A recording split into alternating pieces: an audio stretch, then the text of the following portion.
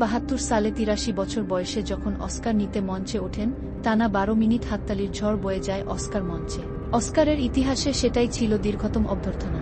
আবেগে প্রায় কিছুই তিনি বলতে পারেননি সেদিন।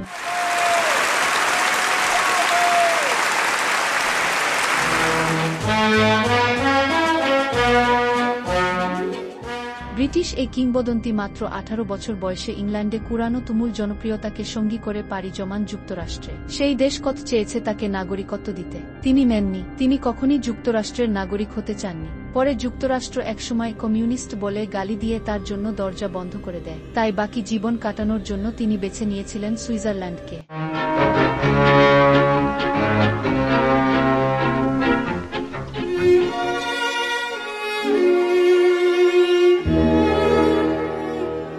যখন খ্যাতির শীর্ষে তখন একবার 2 দিনের জন্য জন্মভূমি ইংল্যান্ডে গেলেন। আর এই সময়ের মধ্যে ঘটে গেল অবাক কাণ্ড। মাত্র 2 দিনে তার কাছে প্রায় 73,000 চিঠি আসে।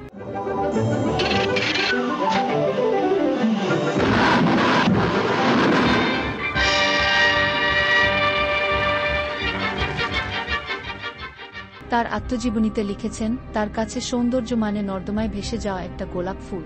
এই যে বিভৎস দ্বন্দ্ব থেকে সৃষ্টি হওয়া সৌন্দর্য, এখানেই বাস্তবতার সব নিষ্ঠুর দরজা খুলে যায়। জীবনের শেষ দিন পর্যন্ত তিনি দুঃসহ শৈশব বয়ে নিয়ে বেরিয়েছেন, যেখানে তার মাতাল বাবা মাকে নির্যাতন করত ছোট্ট শিশুটির সামনেই। একসময় সেই বাবা মাকে ছেড়ে যায়, তাতে সামান্য সময়ের জন্য হাঁপ ছেড়ে বাঁচেন, কিন্তু কতক্ষণের জন্য? পরের বার খিদে লাগার আগে পর্যন্ত।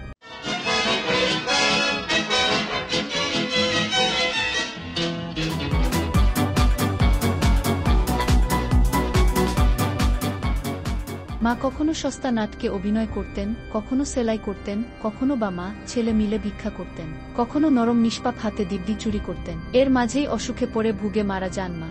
আর তার নির্বাক কমেডি নাড়া দিতে থাকে সমগ্র ইংল্যান্ডকে। তাই তো তিনি বলেছেন, সত্যিকারের কমেডি তখনই করা যায় যখন নিজের সব দুঃখ বঞ্চনা সফলভাবে গিলে ফেলা যায়। আর তার জনপ্রিয়তা। Strange, these strike leaders, they're all brunettes, but a blonde amongst them. Brunettes are troublemakers, they're worse than the Jews.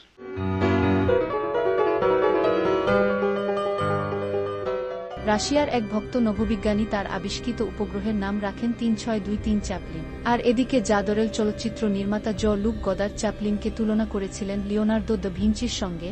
তিনি কমেডিয়ান নন, অভিনেতা নন, সব ছাপিয়ে তিনি মহান শিল্পীর ঢিলেঢালা কোট গায়ে এক তুখোড় বিপ্লবী।